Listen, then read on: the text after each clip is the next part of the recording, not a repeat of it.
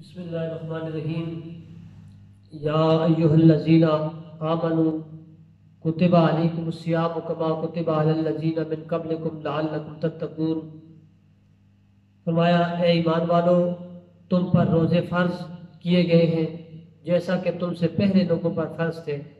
تاکہ تم پرہیزگار بن جاؤ۔ آج رمضان المبارک میں درس کے حوالے سے تیسرا درس ہے۔ حضرت سلمان فارسی رضی اللہ تعالی عنہ بیان کرتے ہیں کہ ہمیں رسول اللہ صلی اللہ تعالی علیہ وآلہ وسلم نے شعبان کے آخری دن خطبہ دیا اور فرمایا، اے لوگو، تمہارے پاس ایک عظیم اور مبارک مہینہ آ پہنچا ہے۔ اس مہینے میں ایک رات ہے جو 1000 مہینوں سے بہتر ہے۔ اللہ نے اس مہینے میں روزے کو فرض کر دیا ہے اور اس کی رات میں قیام کو نفل کر دیا ہے۔ جو شخص اس مہینے میں کوئی نیکی کرے تو وہ دوسرے مہینے میں فرض ادا کرنے کی مثل ہے، اور جو شخص اس مہینے میں فرض ادا کرے تو وہ ایسا ہے جیسے دوسرے مہینے میں 70 فرض ادا کیے ہوں۔ یہ صبر کا مہینہ ہے اور صبر کا ثواب جنت ہے۔ یہ غم گساری کرنے کا مہینہ ہے۔ یہ وہ مہینہ ہے کہ جس میں مومن کے رزق میں زیادتی کی جاتی ہے، یعنی مومن کا رزق بڑھا دیا جاتا ہے۔ اس مہینے میں جو کسی روزہ دار کو روزہ افطار کرائے اس کے لیے گناہوں کی مغفرت ہے، یعنی جو شخص روزے دار کو روزہ افطار کراتا ہے تو وہ گناہوں سے پاک ہو جاتا ہے۔ اللہ کریم انہیں اس کے سارے گناہ معاف کر دیتا ہے، اور اس کی گردن کے لیے دوزخ سے آزادی ہے، یعنی وہ جہنم کی آگ سے آزاد ہو جاتا ہے، اور اس کو بھی روزہ دار کی مثل اجر ملے گا، اور اس روزہ دار کے اجر میں کوئی کمی نہیں ہوگی۔ یعنی جتنا اس روزہ دار نے روزہ رکھا ہے اسے جتنا ثواب ملا ہے، اللہ تعالیٰ روزہ افطار کرانے والے کو بھی اتنا ہی ثواب عطا کرے گا، لیکن روزہ دار کے ثواب میں کمی نہیں ہوگی۔ تو رسول اللہ صلی اللہ علیہ وسلم کے صحابہ نے عرض کی، یا رسول اللہ صلی اللہ تعالی علیہ وسلم، ہم میں سے ہر شخص اس کی استطاعت نہیں رکھتا کہ وہ روزہ دار کو افطار کرا سکے۔ تو میرے آقا صلی اللہ تعالی علیہ وسلم نے ارشاد فرمایا، اللہ تعالیٰ یہ ثواب اس شخص کو بھی عطا فرمائے گا جو روزہ دار کو ایک کھجور یا ایک گھونٹ پانی یا ایک گھونٹ دودھ سے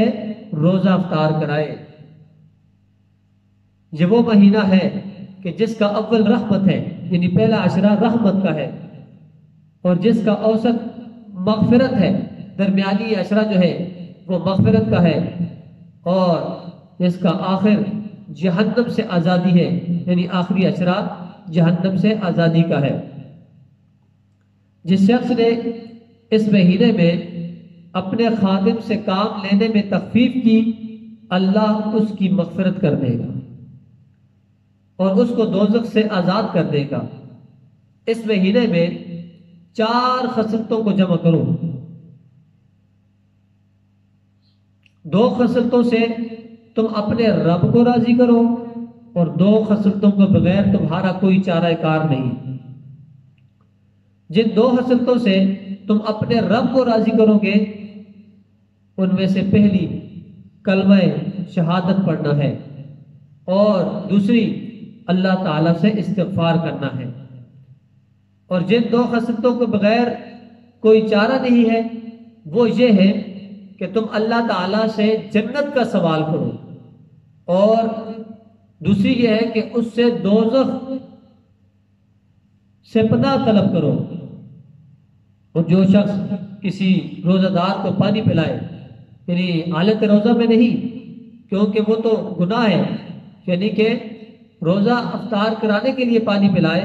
تو اللہ تعالیٰ اس کو میرے حوض سے پلائے گا اور اسے پھر کبھی پیاس نہیں لگے گی حتیٰ کہ وہ جنت میں چلا جائے گا. یہ حدیث پاک صحیح ابن خزیمہ، بہقی، صحیح ابن حبان، 3 کتابوں کے حوالے سے ذکر ہے. اور امام ابن حبان نے یہ روایت بھی نقل کی ہے کہ رسول اللہ صلی اللہ تعالیٰ علیہ وسلم نے ارشاد فرمایا کہ جس شخص نے رمضان کے مہینے میں اپنی حلال کمائی سے کسی روزہ دار کو روزہ افطار کرایا تو رمضان کی تمام راتوں میں فرشتے اس کے لیے استغفار کرتے ہیں، اور لیلۃ القدر میں جبریل علیہ السلام اس سے مصافحہ کرتے ہیں، اور جس سے جبرائیل علیہ السلام مصافحہ کرے اس کے دل میں رقت پیدا ہوتی ہے اور اس کے آنسو بہت نکلتے ہیں. حضرت سلیمان نے عرض کی، یا رسول اللہ صلی اللہ علیہ وسلم، یہ ارشاد فرمائیے اگر کسی شخص کے پاس افطار کرانے کے لیے کچھ نہ ہو تو وہ کیا کرے؟ میرے آقا صلی اللہ علیہ وسلم نے ارشاد فرمایا وہ ایک مٹھی طعام دے دے. میں نے کہا اگر اس کے پاس روٹی کا ایک لقمہ بھی نہ ہو تو آپ نے فرمایا وہ ایک گھونٹ دودھ دے دے. میں نے عرض کی اگر اس کے پاس یہ بھی نہ ہو تو پھر میرے آقا صلی اللہ علیہ وسلم نے ارشاد فرمایا وہ ایک گھونٹ پانی دے دے تو اللہ تعالیٰ اسے بھی یہ اجر و ثواب عطا فرمائے گا. حضرت عبادہ بن صامت رضی اللہ تعالی عنہ بیان کرتے ہیں کہ جب رمضان آیا تو رسول اللہ صلی اللہ علیہ وسلم نے ارشاد فرمایا تمہارے پاس رمضان آ گیا. دیکھو میرے آقا کتنا اہتمام فرمایا کرتے تھے کہ رمضان آ گیا تو میرے آقا تمام صحابہ کو خاطب کر کے فرماتے کہ تمہارے پاس رمضان آ گیا. یہ برکت کا مہینہ ہے. اللہ تعالیٰ تم کو اس مہینے میں ڈھانپ لیتا ہے، اس میں رحمت نازل ہوتی ہے اور گناہ جڑتے ہیں اور اس میں دعا قبول ہوتی ہے. اللہ تعالیٰ اس مہینے میں تمہاری رغبت کو دیکھتا ہے، سو تم اللہ کو اس مہینے میں نیک کام کر کے دکھاؤ، کیونکہ وہ شخص بدبخت ہے جو اس مہینے میں بھی اللہ عز و جل کی رحمت سے محروم رہتا ہے. حضرت عبداللہ بن مسعود رضی اللہ تعالیٰ عنہ بیان کرتے ہیں کہ رسول اللہ صلی اللہ تعالیٰ علیہ وآلہ وسلم نے ارشاد فرمایا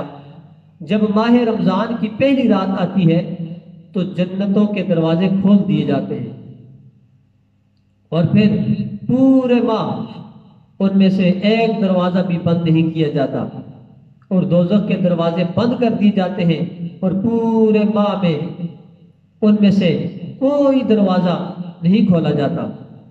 اور سرکش جنوں کے گلوں میں توق ڈال دیے جاتا ہے، اور ہر رات صبح تک ایک منادی آسمان سے ندا کرتا ہے اے نیکی کے طلب کرنے والے نیکی کا قصد کر، اور اے برائی کے طلب کرنے والے برائی میں کمی کر اور آخرت میں غور و فکر کر. کوئی مغفرت طلب کرنے والا ہے تو اس کی مغفرت کر دی جائے، یعنی منادی یہ ندا کرتا ہے کہ کوئی ہے مغفرت طلب کرنے والا کہ اس کی مغفرت کر دی جائے، اور ہے کوئی توبہ کرنے والا کہ اس کی توبہ قبول کر دی جائے، کوئی دعا کرنے والا ہے کہ اس کی دعا قبول کی جائے، کوئی سوال کرنے والا ہے کہ اس کے سوال کو پورا کیا جائے. اللہ تعالی ماہ رمضان کی ہر رات میں 60,000 لوگوں کو جہنم سے آزاد کرتا ہے، 60,000 لوگوں کو. اور رمضان کی ہر رات میں جتنے لوگوں کو جہنم سے آزاد کرتا ہے عید کے دن اس سے 30 گنا زیادہ لوگوں کو جہنم سے آزاد کرتا ہے. حضرت عبد الرحمن بن عوف رضی اللہ تعالیٰ عنہ بیان کرتے ہیں کہ رسول اللہ صلی اللہ تعالی علیہ وسلم نے ارشاد فرمایا کہ رمضان کا مہینہ آ گیا ہے اور تمام مہینوں پر میرے آقا نے اس مہینے کی فضیلت کو بیان کیا. پس فرمایا جس نے رمضان میں ایمان کی حالت میں ثواب کی نیت سے قیام کیا